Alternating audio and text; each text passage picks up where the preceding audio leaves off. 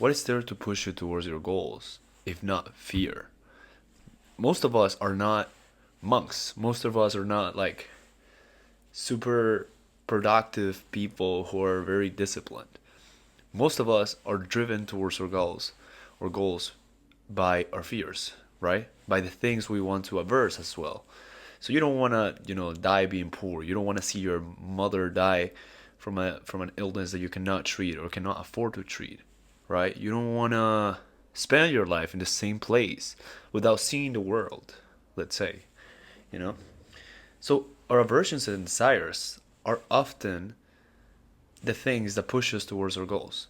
And I'm not saying like just, you want money, so that's gonna push you towards your goal. But like the fear of not wanting to like die poor, you know, or the fear of never getting to experience these things, that is what often pushes you towards your goals, right?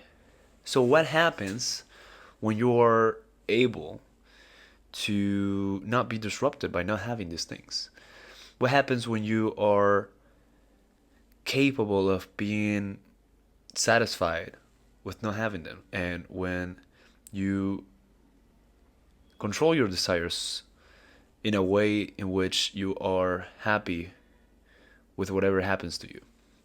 You're happy, or you're able to comply with whatever happens to you. How does a person, a normal person, let's say, who's not that virtuous, how does that person attain their goals?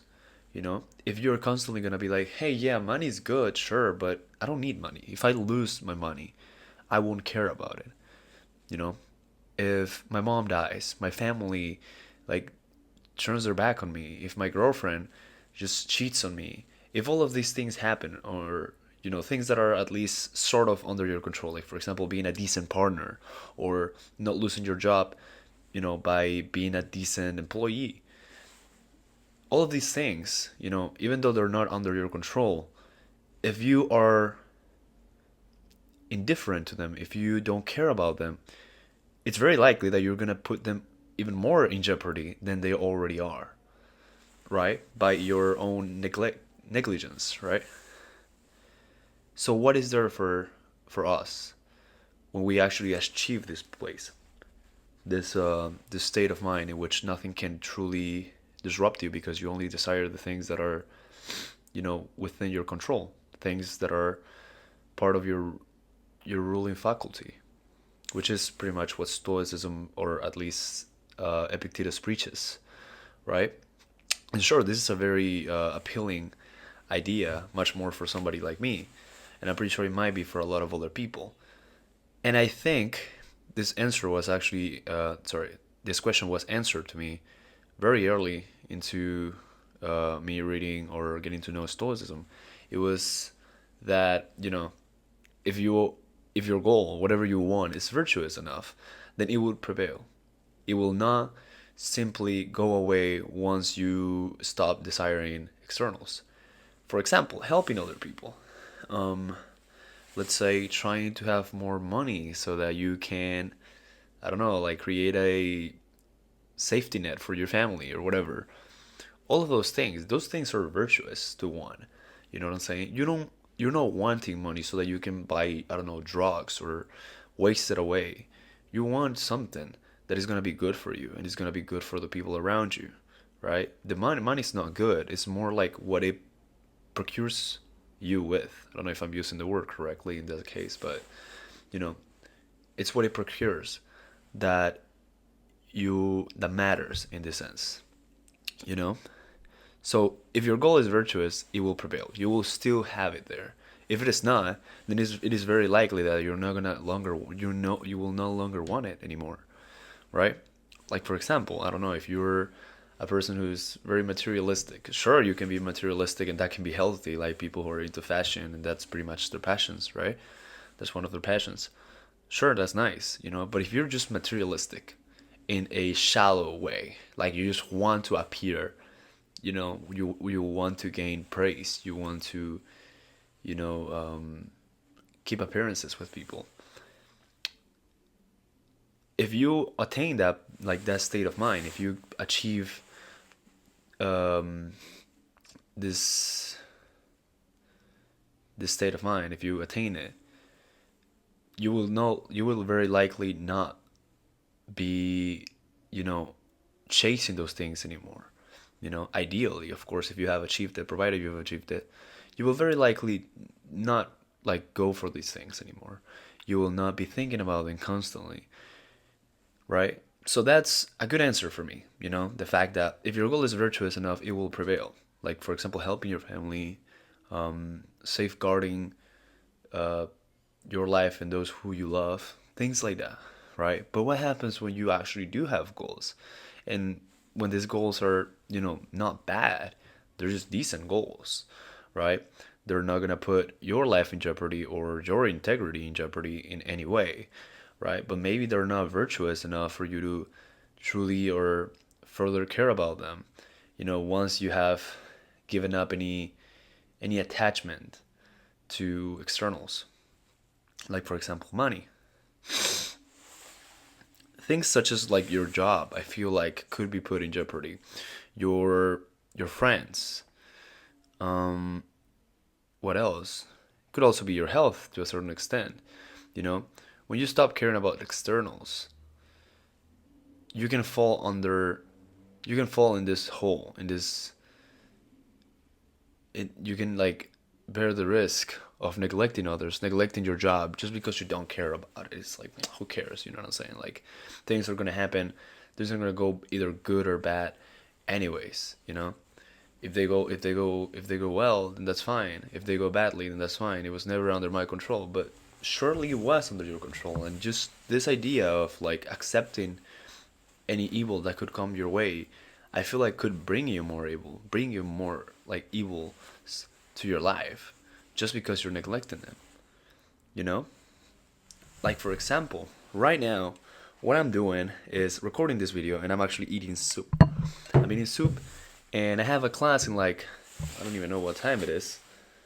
I have a class in 2 hours actually, and I am not prepared for that class. I mean, I'm prepared for that class. I have the knowledge and everything, but I'd like to be extra prepared, extra ready for my classes and stuff. So, my point here is that you need discipline to attain these things. Fear is not gonna be there once you've achieved this state of mind, right? Which I haven't, by the way. I'm not preaching that I do, not claiming that I do at all. But you know, when you are able to at least decrease the burden, decrease the pain that you attain from these things, it's very likely that you're not gonna have any other factor, any other thing that is pushing you towards being better. You know what I'm saying? For example, when you are no longer a competitive person, which is something that I've tried to work on.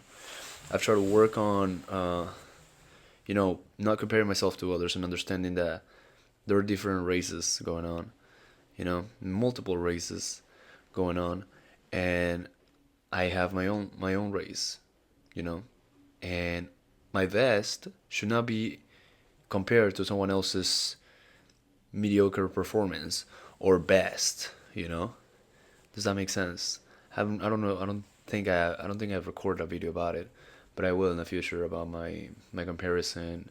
I have a comparison essay that I made my friends that I made my like I made my friends read this essay that I feel like it turned out very nicely. I haven't finished it yet because I feel like I have so much to read and so much information to sort of like condense in it.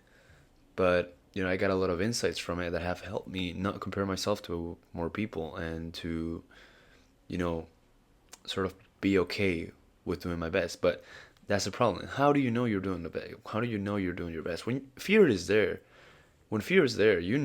sort of that you're doing your best, because that fear is like pushing you as hard as possibly, as hard as it possibly can to get you to your goal.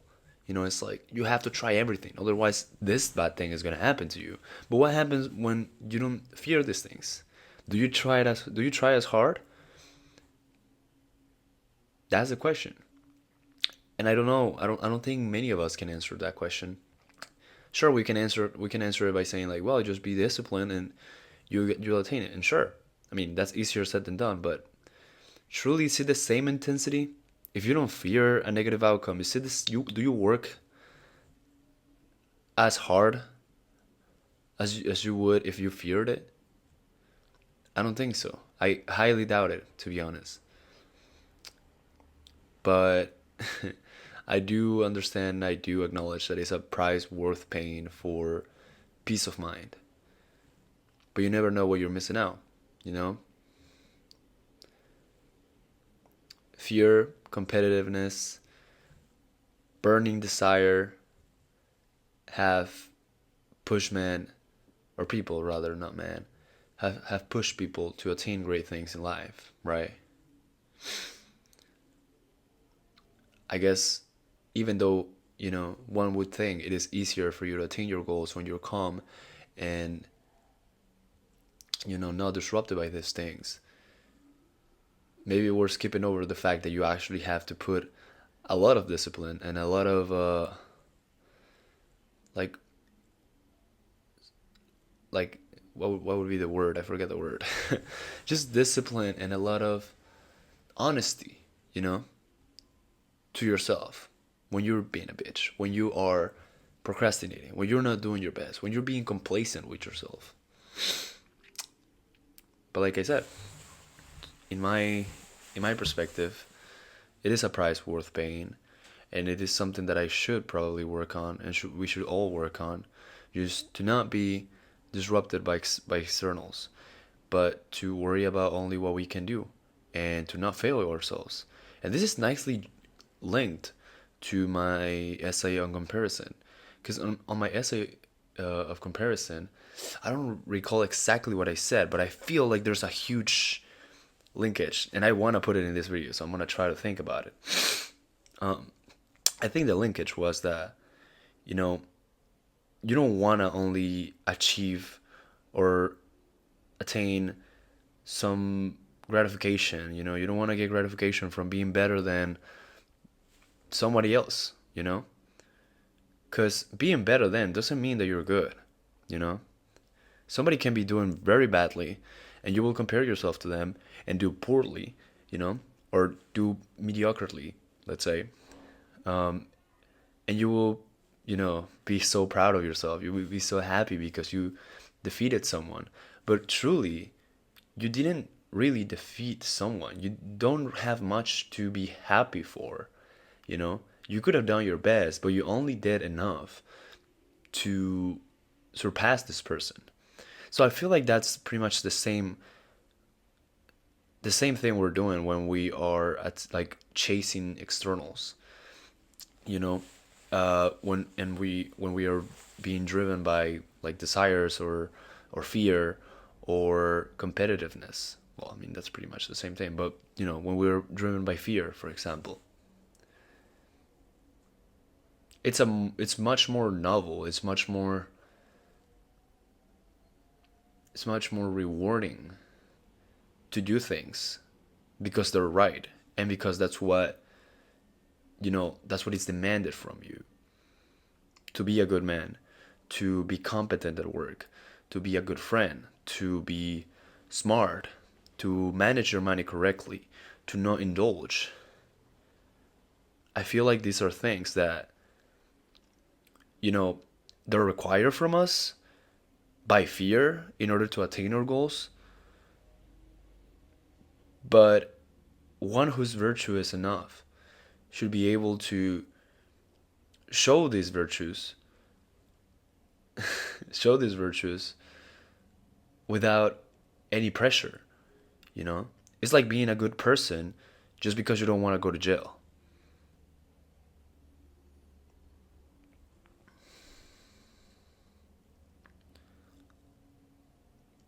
We're definitely going to have a longer talk about this, I guess.